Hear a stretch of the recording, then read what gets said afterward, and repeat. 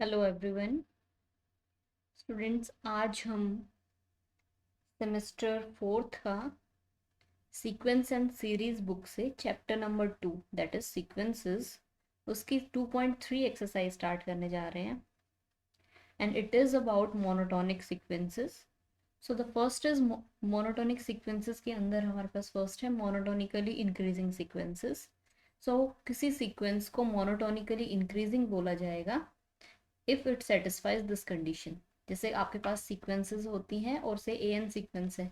So A N sequence की terms क्या होती हैं? A1 A2 A3 A4। इस तरह से आपके पास सीक्वेंस की इनफाइनाइट नंबर ऑफ टर्म्स होती हैं। तो अगर ये टर्म्स क्या प्रॉपर्टी सेटिस्फाई करे कि जो आपके पास जैसे A2 है वो अपनी प्रीवियस वाली सीक्वेंस की टर्म से बड़ी हो, लाइकवाइज A3 A2 से बड़ी हो या बराबर हो, A4 A3 से बड़ी हो या बराबर हो। अगर इस तरह की प्रॉपर्टी सेटिस्फाई कर रही है आपकी AN सीक्वेंस, इट मीन्स वो मोनोटोनिकली इंक्रीजिंग सीक्वेंस है। ओके और इसमें AN+1, इस चीज़ को मैथमेटिकली ऐसे लिखा जाता है कि AN+1 is greater than equals to AN for all n। ठीक है, फॉर हर नेचुरल नंबर के लिए। अब जब natural number first natural number रखोगे तो A2 greater than equal to A1 होनी चाहिए। n को 2 रखा तो कि यहाँ पे कितना होगा? A3 is greater than equal to A2।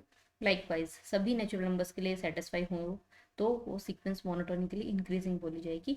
और इसी an को अगर आप इनइक्वालिटी से इधर लेके आ जाएंगे और माइनस कर देंगे इसमें से, तो इसको हम इस कंडीशन को हम इस तरह से भी लिख सकते हैं।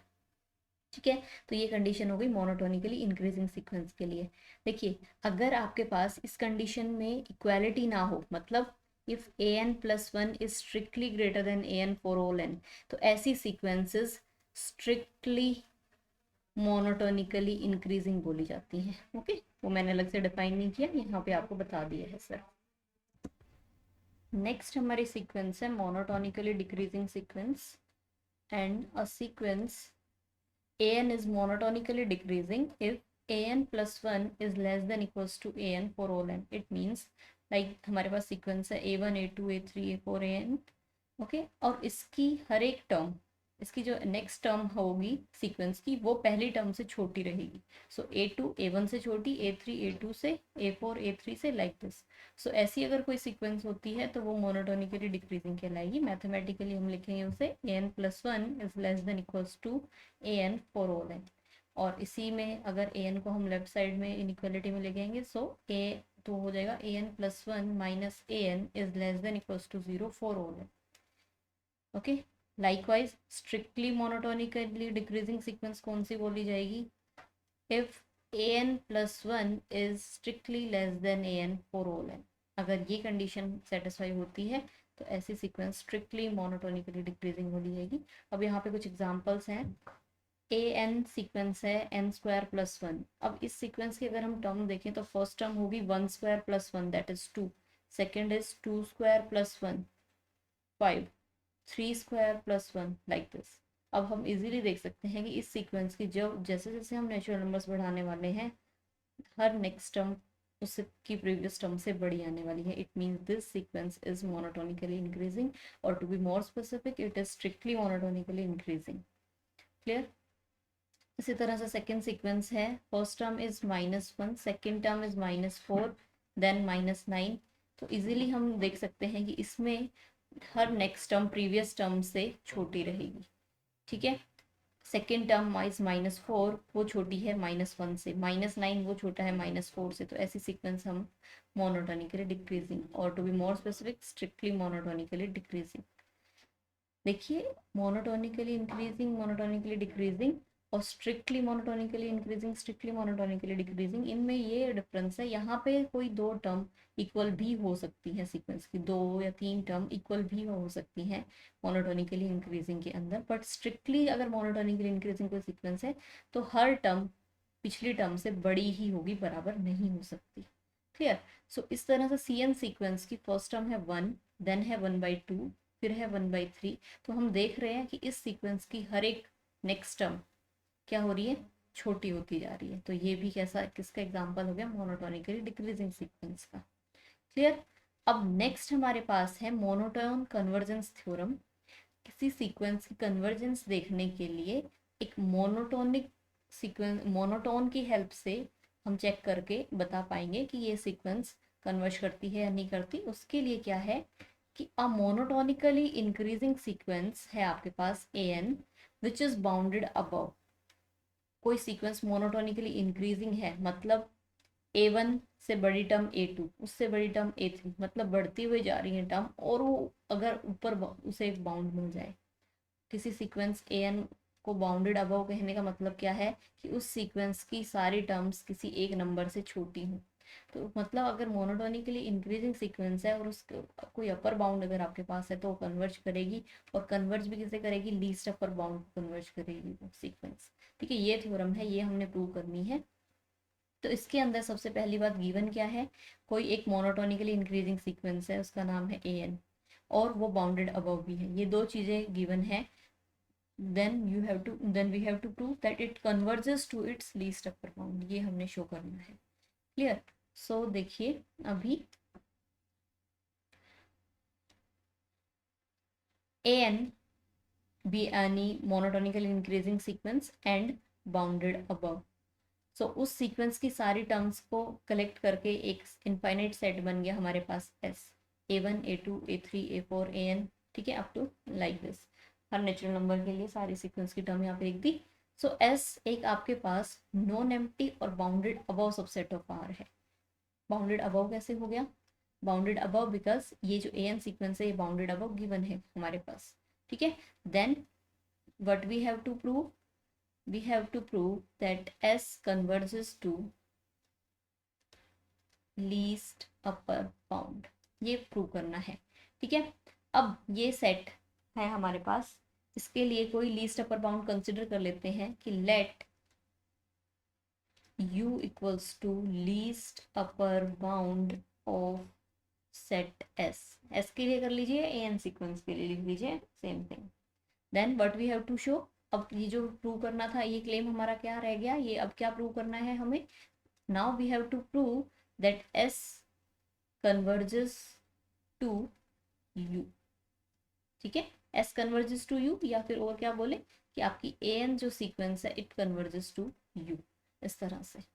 ओके, सो अब देखिए हमारे पास, अब हम U लीस्ट अपर बाउंड है किसी सीक्वेंस के लिए, इस सेट के लिए, तो लीस्ट अपर बाउंड की डेफिनेशन क्या होती है, उसके लिए let epsilon greater than 0 be any positive number. Okay, now U is least upper bound, तो सबसे पहले लीस्ट अपर बाउंड की डेफिनेशन में क्या होता है कि U सबसे पहले तो एक अपर बाउंड होना चाहिए, ठीक है, एस सेट के लिए या AN सीक्वेंस के लिए। और अगर हम ये U लीस्ट अपर बाउंड है, अगर इसमें से हम थोड़ा सा भी एप्सिलॉन अगर कम कर देते हैं तो यहाँ सीक्वेंस की कोई ना कोई टर्म आ जाएगी, से AM कोई सीक्वेंस की टर्म हमें यहाँ पे मिल गई। ठीक है, तो फिर क्या होगा उस केस में, U minus epsilon upper bound भी नहीं रहेगा, क्योंकि कोई ना कोई एक टर्म अगर ऐसी मिल गई जो इस नंबर से बड़ी हो गई, अगर ये लीस्ट अपर बाउंड है U, तो इसका मतलब है सीक्वेंस की सारी टर्म्स इससे छोटी रहेंगी। ठीक है ना, छोटी रहेंगी या बराबर रह सकती हैं। बट अगर कोई सीक्वेंस की एक टर्म ऐसी हो गई जो उस नंबर से बड़ी आ रही है, इसका मतलब वो नंबर कभी भी अपर बाउंड नहीं हो सकता, तो सबसे छोटा अपर बाउंड है वो क्या रहेगा, यू ही पॉसिबल रहेगा। यही लीस्ट अपर बाउंड की डेफिनेशन होती है। सो इसकी हमने मैथमेटिकली कैसे लिखते हैं, u minus epsilon is less than equals to AM। u और u माइनस एप्सिलॉन के बीच में सीक्वेंस की एक टर्म आ जाएगी फॉर सम m, कोई नेचुरल नंबर के रिगार्डिंग, किसी नेचुरल नंबर m के कोरस्पॉन्डिंग एक सीक्वेंस की टर्म मिल जाएगी हमें ऐसे। ठीक है, अब sequence AN is monotonically increasing given है आपके पास, इसका मतलब है अगर n नेचुरल नंबर बड़ा है तो उसके कोरस्पॉन्डिंग जो AN वाली नेचुरल सीक्वेंस की टर्म है वो AM से बड़ी रहेगी।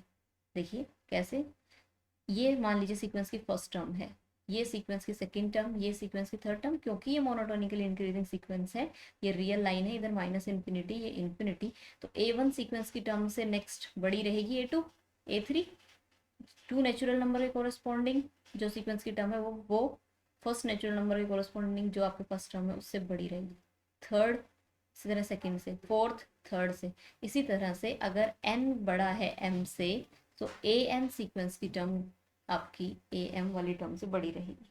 ठीक है। अब इन दोनों का यूज़ करके देखिए, इन दोनों का अगर हम यूज़ करें, या फिर हम इसे ऐसे भी लिख सकते हैं, A M is less than equals to A N. तो देखिए इन दोनों की हेल्प से, दिस सीक्वेंस और sorry this inequality and this inequality की हेल्प से ए एम आपका यू माइनस एप्सिलन से बड़ा है और दिस इज लेस देन और इक्वल टू ए एन है। ठीक है। सो आपके पास क्या हो गया, A N is less than U minus epsilon. ठीक है। कब, for all n greater than equals to m. ये आपके पास एक इक्वेशन आ गई अभी।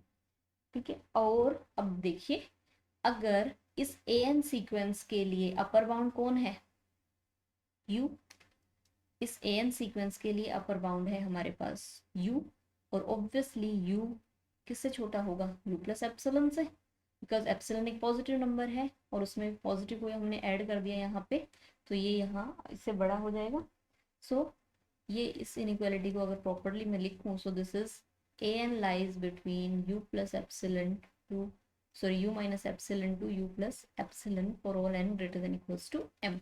इसी चीज़ को अगर मॉडुलस में लिखा जाए तो this is A N minus epsilon, A N minus u is less than epsilon for all n greater than equals to m। This implies, ये क्या होगी, कन्वर्जेंस सीक्वेंस की डेफिनेशन हो गई। So A N sequence converges to u for all n greater than equals to m। ठीक है, यही हमने प्रूव करना था। तो S कन्वर्ज कर गया U को, क्या कहें कि ए एन सीक्वेंस कन्वर्ज कर गई U को। कब, जब ए एन सीक्वेंस कैसी थी, मोनोटोनिकली इंक्रीजिंग सीक्वेंस थी और बाउंडेड अबव थी। इसी तरह से इस थ्योरम का सेकेंड पार्ट बन जाता है कि अगर आपके पास कोई मोनोटोनिकली डिक्रीजिंग सीक्वेंस है और वो बाउंडेड बिलो है, तो वो कन्वर्ज किसे करेगी, अपने ग्रेटेस्ट लोअर बाउंड को। यहाँ पे मैं लिख देती हूँ, क्या है, a monotonically decreasing sequence A n कोई which is bounded below converges to its greatest lower bound. Clear, इसका प्रूफ भी इसी के पैरेलली ऐसे ही आप शो कर सकते हैं। अभी देखिए कि कुछ रिजल्ट्स हैं हमारे पास, जैसे कि every bounded monotonic sequence is convergent. आपके पास कोई बाउंडेड और मोनोटोनिक सीक्वेंस, अब बाउंडेड सीक्वेंस का मतलब क्या है, अगर मान लीजिए ए एन सीक्वेंस है, वो बाउंडेड का मतलब है आपके पास दो ऐसे रियल नंबर्स हैं सच दैट कि that sequence lies between these two terms, okay, for all n. तो ऐसी सीक्वेंस, तो ये सीक्वेंस बाउंडेड है, तो ये मतलब बाउंडेड बिलो भी है, बाउंडेड अबव भी है। ठीक है। तो उस केस में अगर आपके पास मोनोटोनिकली इंक्रीजिंग सीक्वेंस है तो उसके लिए बाउंडेड अबव भी है, और अगर मोनोटोनिकली डिक्रीजिंग सीक्वेंस है तो उसके लिए बाउंडेड बिलो भी है। तो ठीक है, तो ऐसे सीक्वेंस अगर बाउंडेड लिखी हुई है, मतलब बाउंडेड बिलो भी है, बाउंडेड अबव भी है, तो वो कन्वर्ज कर जाएगी। ठीक है। Second is monotone sequence either converges और diverges, it is never oscillatory.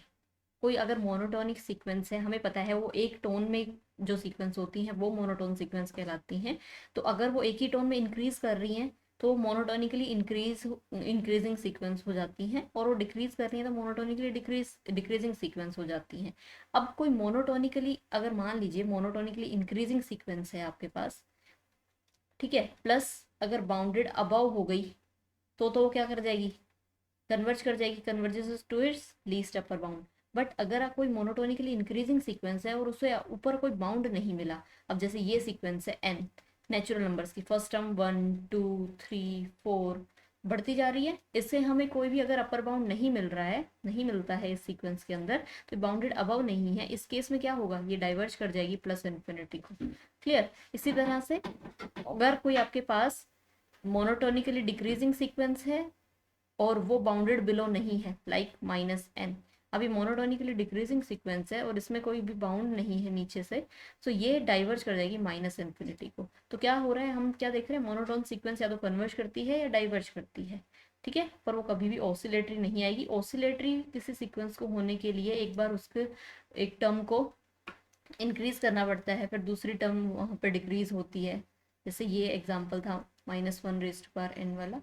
ठीक है, तो इस तरह का बिहेवियर मोनोटोन नहीं कहलाता, कभी भी वो एक ही टोन में उसका बिहेवियर रहता है, तो वो ऑसिलेटरी कभी भी नहीं हो सकती हैं। और ये थर्ड और फोर्थ रिजल्ट यही है, अगर मोनोटोनिकली कोई इंक्रीजिंग सीक्वेंस है और वो और वो साथ में अनबाउंडेड अबव भी है, तो वो इन्फिनिटी को चली जाएगी। और वो मोनोटोनिकली डिक्रीजिंग सीक्वेंस है which is unbounded below, then it diverges to minus infinity. Next देखिए नेस्टेड इंटरवल प्रॉपर्टी। ये नेमिंग थ्योरम है, नाम से आ सकती है, और सबसे इंपॉर्टेंट थिंग किसका दूसरा भी नाम है तो वो भी आपको पता होना चाहिए, that is Cantor intersection theorem. तो ऐसी नेमिंग थ्योरम्स में जरूर नाम पे ध्यान देना चाहिए, और अगर दो नाम दिए हैं तो दोनों आपको पता होने चाहिए, बिकॉज एग्जाम में किसी भी नाम से पूछी जा सकती है वो। ओके, नाउ सी, इसमें ऐसी सीक्वेंस है, ऐसे इंटरवल से बनी हुई सीक्वेंस है, उसे नाम दिया है आई एन। क्लोज्ड इंटरवल से बनी हुई सीक्वेंस है, और वो क्या सेटिस्फाई करती है, that I N plus one is contained in I N. अब I N plus one contained in I N का मतलब क्या है, देखिए I N is A N B N, इसके अंदर कौन कंटेन है, ए एन प्लस वन से बी एन प्लस वन। ठीक है, इस तरह से हर नेचुरल नंबर के लिए ये प्रॉपर्टी सेटिस्फाई होती है। This is our first condition, ये जो यहाँ पे गिवन है फर्स्ट कंडीशन ये कह रही है। सेकेंड इज कि जो nth सब इंटरवल है दैट इज दिस, इसकी लेंथ क्या है, जीरो को टेंड करती है, मतलब बहुत ही छोटा है ये लेंथ में। Then intersection I N is singleton. Intersection I N का मतलब है कि देखिए intersection I N is singleton, मान लीजिए इसके अंदर सिर्फ एक ही एलिमेंट रहेगा, n is from one to infinity. Intersection के अंदर एक ही एलिमेंट रहने का मतलब है हर इस टाइप का दिखने वाले हर जो एलिमेंट है, ठीक है, हर जो सॉरी इंटरवल है इस जिससे सीक्वेंस बनी हुई है, इस सीक्वेंस के हर एक इंटरवल के अंदर दिस ए एलिमेंट बिलोंग करता है, इसका ये मतलब होगा।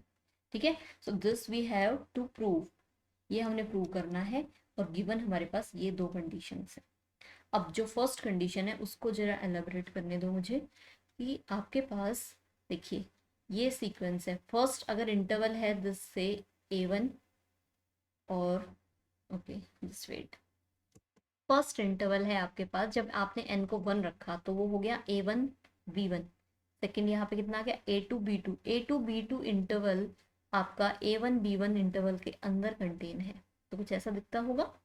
ठीक है, इसी तरह से फिर A three B three interval A two B two के अंदर कंटेन होता होगा, तो कुछ ऐसा दिखेगा। क्लियर, इसी तरह ए फोर इंटरवल आपका B four sorry A four B four interval closed interval आपका कंटेन होगा A three B three interval के अंदर। इस चीज़ का मतलब यही है, देखिए जब एन को वन रखा तो बना ए वन बी वन, इसके अंदर कंटेन है ए टू बी टू, इसके अंदर कंटेन है ए थ्री बी थ्री, इसके अंदर है A four B four, like this. ठीक है, और ये कहाँ तक चला आएगा, हर नेचुरल नंबर के लिए ये होगा, तो ये आपका इसी तरह से चलता रहेगा। तो इस चीज़ को ही हमने यहाँ पे प्लॉट किया है। अब देखिए आप लोगों ने ऑब्जर्व क्या करना है कि ए एन सीक्वेंस को ऑब्जर्व कीजिए, जिसके फर्स्ट टर्म क्या है A one, then A two A three A four, like this. The A N sequence A N is क्या है, मोनोटोनिकली इंक्रीजिंग, एंड क्या ये बाउंडेड अबव है, क्या इसे हम बोल सकते हैं कि it is bounded above by b one. क्या बी वन एक ऐसा एलिमेंट नहीं है जिससे इस सीक्वेंस की, इस ए एन सीक्वेंस की सारी टर्म छोटी रहने वाली हैं। ठीक है, तो ए एन मोनोटोनिकली इंक्रीजिंग सीक्वेंस है and bounded above by b one. और बी एन सीक्वेंस को अगर हम ऑब्जर्व करें तो b N sequence is monotonically decreasing, देखो डिक्रीज हो रही है उसकी टर्म्स, रियल लाइन पे ही देखना है, तो छोटी होती जा रही है terms, and is bounded below by, किससे हम बोल सकते हैं कि मान लीजिए ए वन से इस सीक्वेंस की बी एन सीक्वेंस की सारी टर्म्स बड़ी रहेंगी, तो bounded below by A one. अब हमने लास्ट अभी अभी जो सीक्वेंस अभी अभी जो थ्योरम पढ़ी थी मोनोटोन कन्वर्जेंस थ्योरम, वो theorem according to that theorem अगर कोई सीक्वेंस मोनोटोनिकली इंक्रीजिंग है और बाउंडेड अबव है तो वो अपने लीस्ट अपर बाउंड को कन्वर्ज करती है, और कोई सीक्वेंस मोनोटोनिकली डिक्रीजिंग है और बाउंडेड बिलो है तो वो अपने ग्रेटेस्ट लोअर बाउंड को कन्वर्ज करती है। इट मीन्स आपके पास A N and B N sequence converge करती हैं दोनों। ठीक है, कन्वर्ज कर रही है, वो लीस्ट अपर बाउंड को करेगी, वो ग्रेटेस्ट लोअर बाउंड को करेगी, that is different thing, but दोनों कन्वर्जेंट है, ये ट्रू है। तो अब मान लीजिए कि लेट जो आपकी सीक्वेंस ए एन है वो ए को कन्वर्ज कर रही है, ए क्या हो ले लिया हमने इसका, समझ लीजिए least upper bound and B N sequence converge कर रही है बी को, that is its greatest lower bound, ये हमने अज्यूम कर लिया है। तो अभी सेकेंड कंडीशन देखिए, यहाँ तक हो गया फर्स्ट कंडीशन की हेल्प से। अब सेकेंड कंडीशन क्या दी हुई है कि length of this interval is 0, और इस इंटरवल की लेंथ होगी क्या, किसी भी इंटरवल की लेंथ कैसे निकाली जाती है, अभी क्लोज्ड इंटरवल है 1 to 5, इसकी लेंथ कितनी है, इसकी लेंथ हो गई, ऐसे भी मोड से भी रिप्रेजेंट करते हैं 5 - 1 दैट इज 4। ठीक है, इसी तरह से सेकेंड प्रॉपर्टी का यूज करते हुए लेंथ ऑफ आई एन हो जाएगी आपके पास बी एन माइनस ए एन, और उसकी लेंथ गिवन क्या है कि limit N tends to infinity length of this is equals to 0। ठीक है, so limit N tends to infinity b N minus limit N tends to infinity a N, ये आपके पास 0 given है। तो ये हमारे पास कितनी आ गई, दिस इज बी कन्वर्ज करती है ये, और ए एन सीक्वेंस ए को कन्वर्ज करती है, this is equals to 0 given है। So this will imply that B is equals to, इसका क्या मतलब हो गया, ए एन सीक्वेंस बी को ही कन्वर्ज कर रही है और बी एन सीक्वेंस भी अब क्या है, ए को ही कन्वर्ज कर रही है। क्लियर, इसका मतलब हो गया दोनों आपकी जो सीक्वेंस हैं वो ए को ही कन्वर्ज कर रही हैं, बट ए एन सीक्वेंस की सारी टर्म्स क्या रहने वाली हैं, ए से छोटी, because A is least upper bound, least upper bound था ना ये ए एन सीक्वेंस के लिए, और यहाँ जो बी लिखा था हमने that is greatest lower bound, तो इसका मतलब है इस बी एन सीक्वेंस की सारी टर्म्स इससे बड़ी रहने वाली हैं ए से। क्लियर, और ये किसके लिए ट्रू है, फॉर ऑल एन। इसका मतलब हो गया आपके पास दिस थिंग, इसको और कैसे लिख सकते हो कि ए बिलोंग करता है आपका ए एन बी एन के अंदर for all n, a N B n के अंदर बिलोंग करने का मतलब है आई एन के अंदर फॉर ऑल एन। इसका मतलब हर नेचुरल नंबर के लिए आई एन में अगर कोई एलिमेंट बिलोंग कर रहा है, it means a belongs to intersection I n, हर नेचुरल नंबर के लिए, यही हमने प्रूव करना था। क्लियर, अब सिर्फ ये एक ही ऐसा एलिमेंट है ये भी हमने दिखाना है, क्या बोला गया था कि सिर्फ सिंगलटन एलिमेंट ही बिलोंग करता है इस इंटरसेक्शन के अंदर, मतलब एक से ज्यादा एलिमेंट नहीं हो सकते इस इंटरसेक्शन में जो ये दोनों प्रॉपर्टी सेटिस्फाई करती है। ठीक है, सो वो उसका मतलब है कि यूनिकनेस प्रूव हमने यहाँ पे करनी है कि यूनिक एलिमेंट है ऐसा जो ये प्रॉपर्टी सेटिस्फाई करता है। ओके, सो यूनिकनेस देखिए, मान लीजिए अब यूनिकनेस के लिए कि दो ऐसे एलिमेंट्स हैं, let a and a dash belongs to I n for all n, जैसे ए आया था I n for all n के लिए, इसी तरह हमने मान लिया कि दो एलिमेंट है, one is a another is a dash, जो इस हर एक इंटरवल के अंदर बिलोंग करते हैं हर नेचुरल नंबर के लिए। इसका मतलब क्या हो गया, और ये ए और ए डैश अगर दो दो रियल नंबर्स हैं तो जरूर एक ना एक बड़ा होगा एक छोटा होगा, यही पॉसिबिलिटी हो सकती है। दोनों तो सेम हमने इनको प्रूव करना है, तो पहले क्या कंसिडर करेंगे कि दोनों अलग अलग हैं। मान लीजिए ए डैश बड़ा है ए से, सो इसका मतलब क्या हो गया, अभी हमने क्या देखा था यहाँ पे कि A N is less than equal to A less than equal to B N, so A N is less than equals to A less than A, sorry equal नहीं होगा, less than A dash less than equals to B N. ठीक है, and this is for all N. अब अगर आपके पास ये inequality है तो इसमें हम क्या बता सकते हैं कि modulus of 5 - 1 is always greater than equal to 2 - 3 और 3 - 2, इक्वल भी और स्ट्रिक्ट भी। तो इसी को यूज करते हुए this b N minus A N is greater than A dash minus a for all n. Clear, अब ये हमें क्या पता है, सिंस एक प्रॉपर्टी हमें पता है कि limit N tends to infinity b N minus A n क्या है, 0 है, length of nth sub nth जो इंटरवल था उसकी लेंथ क्या है, 0 है। So this term is actually tending to 0, ये कोई बहुत ही छोटा नंबर है पॉजिटिव।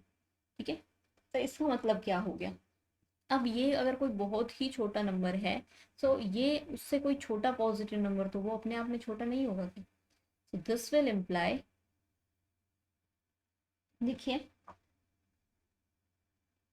और इस चीज़ को हम मैथमेटिकली और किस तरह से दिखा सकते हैं कि ये चीज़ b N minus A N, ये मान लीजिए कोई सीक्वेंस की एक इकट्ठी एक ही टर्म है and which is converging to zero. तो इस चीज़ को with the help of definition हम क्या लिख सकते हैं, mod b N minus A N, ये कोई सीक्वेंस है, minus zero is less than epsilon, ठीक है, for all n greater than equals to m, इस तरह से लिख सकते हैं।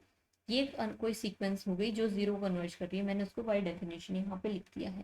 अगर हमने एप्सिलन कोई चूज कर लिया, क्योंकि एप्सिलन कोई भी पॉजिटिव नंबर है तो वो ये नंबर भी हो सकता है एप्सिलन।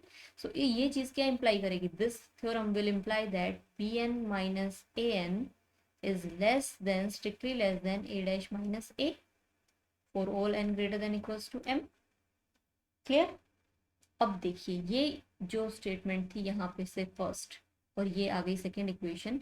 फर्स्ट इनइक्वालिटी बोल रही है आपके पास कि A dash minus A strictly less than this सभी एन के लिए, और सेकेंड क्या बोल रही है कि B N minus A N ये लेस है ए डैश माइनस ए से, कुछ एम छोड़ दो, फाइनाइट एम छोड़ दो, उसके बाद के सभी एन के लिए। तो ये दोनों चीजें एक साथ ट्रू नहीं हो सकती, विच इज कॉन्ट्रडिक्शन, ठीक है, ये कॉन्ट्रडिक्शन हो गया आपके पास। 1 एंड 2 इक्वेशन आपस में कॉन्ट्राडिक्ट करगी, देयरफॉर क्या पॉसिबल नहीं है कि ए डैश आपका ए के लेस हो, हमने ये चीज गलत मान ली थी, ठीक है। देखो आप ऐसे भी मान सकते थे कि A dash greater than equal to A, तब भी यही कॉन्ट्रडिक्शन आएगी इसमें। इसका मतलब है ए डैश ए के इक्वल ही होना चाहिए। So this will imply that intersection I n, n is from 1 to infinity, उसमें सिंगलटन ए ही एलिमेंट आएगा, से ज़्यादा नहीं हो सकता। Okay clear. नेक्स्ट देखिए, अब एक्सरसाइज 2.3 में प्रॉब्लम है फोर्थ क्वेश्चन कि ये सीक्वेंस ए एन गिवन है और इसे प्रूव करना है कि ये मोनोटोनिक है, बाउंडेड है और कन्वर्जेंट है, ठीक है। सो मोनोटोनिक है मीन्स आइदर ये मोनोटोनिकली इंक्रीजिंग मिलेगी या मोनोटोनिकली डिक्रीजिंग मिलेगी, क्लियर। देन सीक्वेंस ए एन अगर ये है, इसे अगर हम रैशनलाइज कर दें, rationalise means minus root n, अगर हम मल्टीप्लाई और डिवाइड कर दें, यहाँ पे बीच में साइन चेंज करके, that is root N divided by N plus one plus N. So ऊपर बन जाएगा, इसको सिंप्लीफाई करने के बाद 1/√n + 1, ये आप सिंप्लीफाई करके इजीली देख सकते हैं। तो ये आपके पास ए एन टर्म हो गई, nth टर्म सीक्वेंस की। अब इसे मोनोटोनिकली इंक्रीजिंग देखना है, इसका मतलब क्या है कि A N plus one, sorry monotonically increasing या डिक्रीजिंग देखना है, तो A N plus one minus A N का हमने चेक करना होगा। If it is greater than zero आया तो इंक्रीजिंग, लेस देन जीरो आया दिस थिंग तो डिक्रीजिंग। सो ए एन ये है, ए एन प्लस वन क्या होगा, जहाँ पे एन है उसकी जगह पे आप एन प्लस वन से रिप्लेस कर देंगे, तो फर्स्ट टर्म बन गई n plus two plus √n + 1 minus √n + 1 minus plus √n। Clear. ये सिंप्लीफाई करके हमारे पास आ गया, अभी इस एलसीएम ले लिया मैंने, ये √n + 1 और √n + 1 यहाँ पे सब्ट्रैक्ट हो गया, कैंसिल आउट हो गया। अब हमारे पास न्यूमरेटर है this thing and denominator is again same n + 2 + √n + 1 times n + 1 + √n। अब हमने साइन सिर्फ चेक करना है, ठीक है, n + 1 माइनस ए एन का। सो देखिए डिनोमिनेटर में नेचुरल नंबर्स आप रखने वाले हैं तो वो सेम साइन रखेगा, ऑलवेज पॉजिटिव आने वाला है, तो डिनोमिनेटर से कोई फर्क नहीं पड़ रहा है, सिर्फ न्यूमरेटर देखिए। न्यूमरेटर में √n और √n + 2 कौन बड़ा होता है, √n या √n + 2। इस चीज़ को कैसे देखना कैसे होता है कि अगर आपके पास नेचुरल नंबर है, एक n है और एक n + 2, तो कौन बड़ा है, n + 2। बोथ साइड अगर आपने स्क्वायर कर दिया तो इसका मतलब √n + 2 under root this thing is greater than √n। तो क्या हो गया, इस चीज़ को सिंप्लीफाई करके लिखोगे तो √n minus √n + 2 is less than 0। तो न्यूमरेटर जो है इस फ्रैक्शन का इज लेस देन 0, तो whole term less than 0 implies an + 1 is strictly less than an। it means आपके पास जो गिवन सीक्वेंस है an is monotonically decreasing। Clear. ये पार्ट प्रूव हो गया। सेकेंड पार्ट जो प्रूव करना है उसमें हमने इस an सीक्वेंस को बाउंडेड शो करना है, ठीक है। ये आपके पास ए एन सीक्वेंस है, under root N plus one minus under root N, and we can see कि N plus one always greater than N होगा। अब अगर हम बोथ साइड स्क्वायर रूट कर देंगे तो this under root N plus one minus root N, this thing is greater than zero.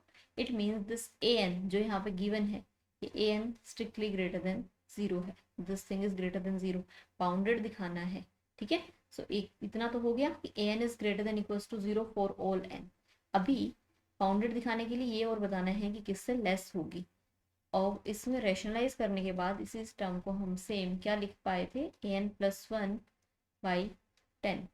अब देखिए एन जब नेचुरल नंबर यहाँ पे हम लिख रहे हैं तो natural number, first natural number हमने लिखा 1, जब एन को 1 रखा this is under root 2 plus 1, always क्या है ग्रेटर देन 1 आएगा। सेकेंड नेचुरल नंबर लिखोगे, सॉरी ऑलवेज क्या आएगा लेस देन 1, बिकॉज डिनोमिनेटर देखिए ऑलवेज 1 से बड़ा आएगा, तो डिनोमिनेटर जब बड़ा रहता है न्यूमरेटर से तो ऐसी टर्म हम लेस देन 1 होगी। It means a N is lying between 0 and 1 for all N, therefore sequence A N is bounded.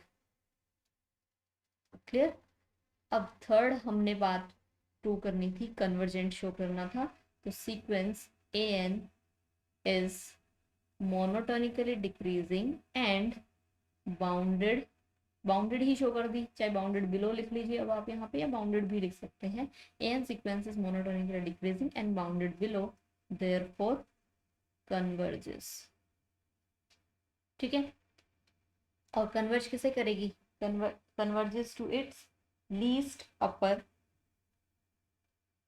Sorry greatest lower bound, monotonically decreasing sequence है तो ग्रेटेस्ट लोअर बाउंड को वो converge करेगी। ठीक है, ये हमने शो करना था इसके अंदर। नेक्स्ट देखिए प्रॉब्लम नंबर 5 है, आपके पास दिस सीक्वेंस ए एन, उसकी nth टर्म ये पूरी है। Okay, so it's nth term is 1 over n plus 1, 1 over n plus 2, 1 plus 1 over n plus 3, likewise plus 1 over 2n is convergent. ये prove करना है कि ये कन्वर्ज करती है और ये इसके बीच में लाई करती है। Okay, so it converges somewhere in between 1/2 and 1, ये आपने प्रूव करना है। सो इसके लिए कन्वर्जेंट प्रूव करने के लिए मोनोटोन अगर सीक्वेंस की हेल्प लेना चाहें हम, तो हमने क्या दिखाना पड़ेगा कि ये मोनोटोनिक सीक्वेंस हो। ठीक है, मोनोटोनिक हो, मोनोटोनिक इंक्रीजिंग आई तो बाउंडेड अबव हो, मोनोटोनिकली डिक्रीजिंग आई तो बाउंडेड बिलो हो, तो वो मोनोटोन कन्वर्जेंस थ्योरम से कन्वर्ज कर जाएगी सीक्वेंस।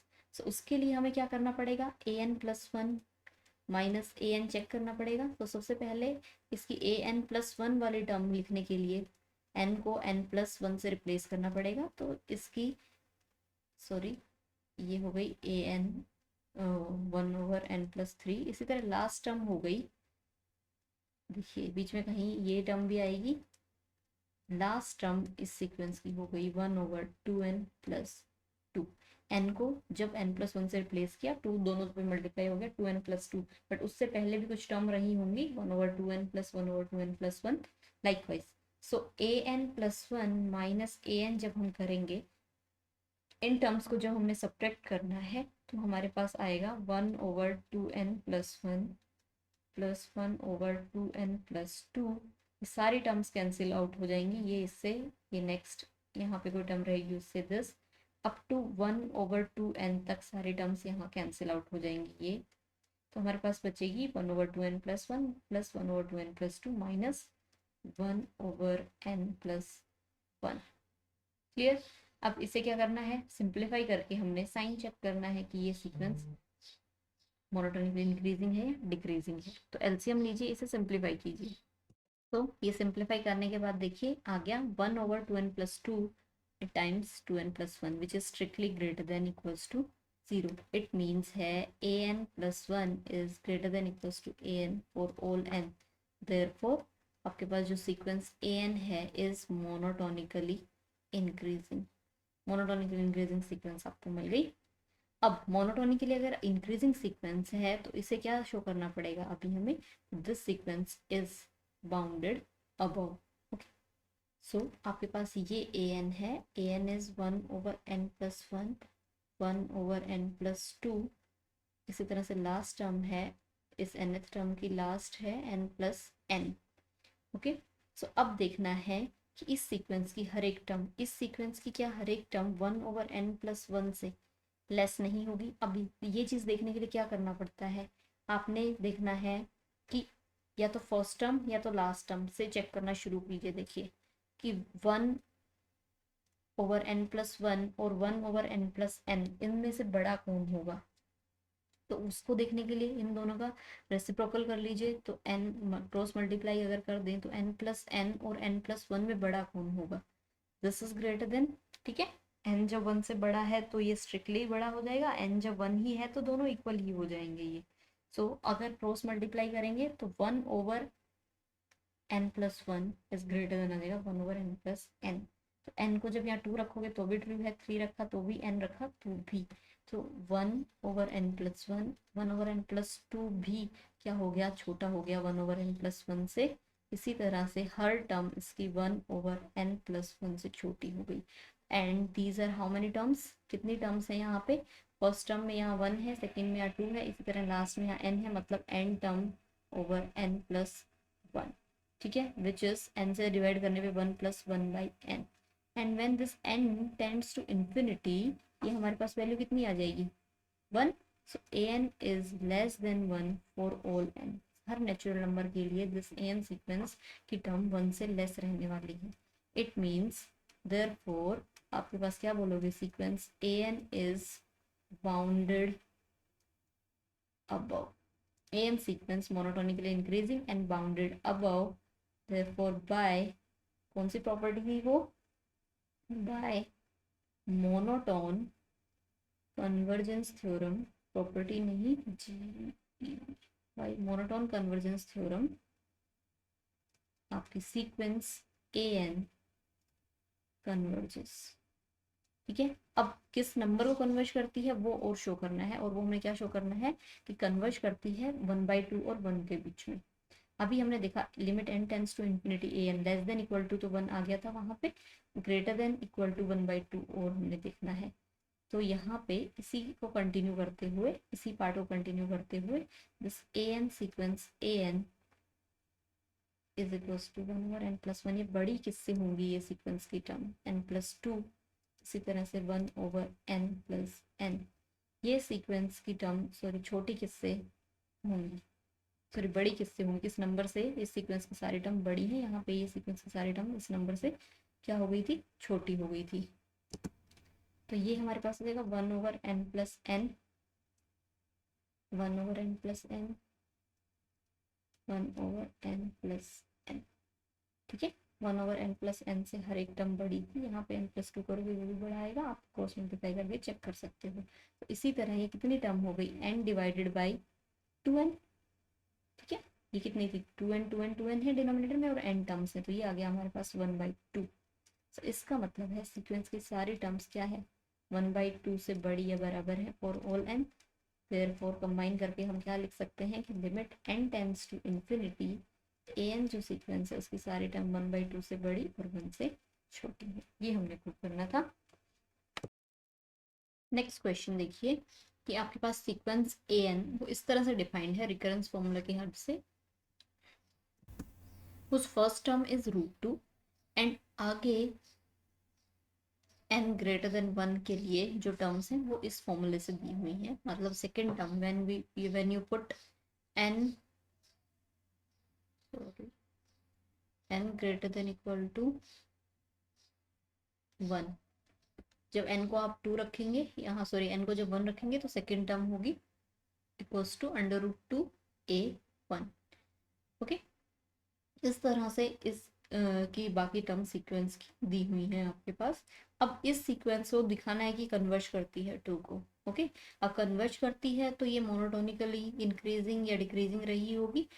ठीक है, तो वो चेक करना है अब हमने। और इट मीन्स an+1 अगर मोनोटोनिकली इंक्रीजिंग होगी तो वो हर टर्म an से बड़ी मिलेगी, an+1 वाली टर्म।